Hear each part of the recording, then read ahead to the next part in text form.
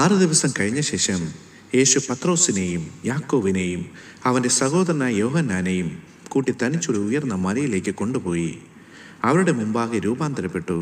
അവൻ്റെ മുഖം സൂര്യനെ പോലെ ശോഭിച്ചു, അവൻ്റെ വസ്ത്രം വെളിച്ചം പോലെ വെള്ളയായിത്തീർന്നു. മോശയും ഏലിയാവും അവനോട് സംഭാഷിക്കുന്നതായി അവർ കണ്ടു. മത്തായി എഴുതിയ സുവിശേഷം 17-ാം അധ്യായം 1, 2, 3 വാക്യങ്ങൾ.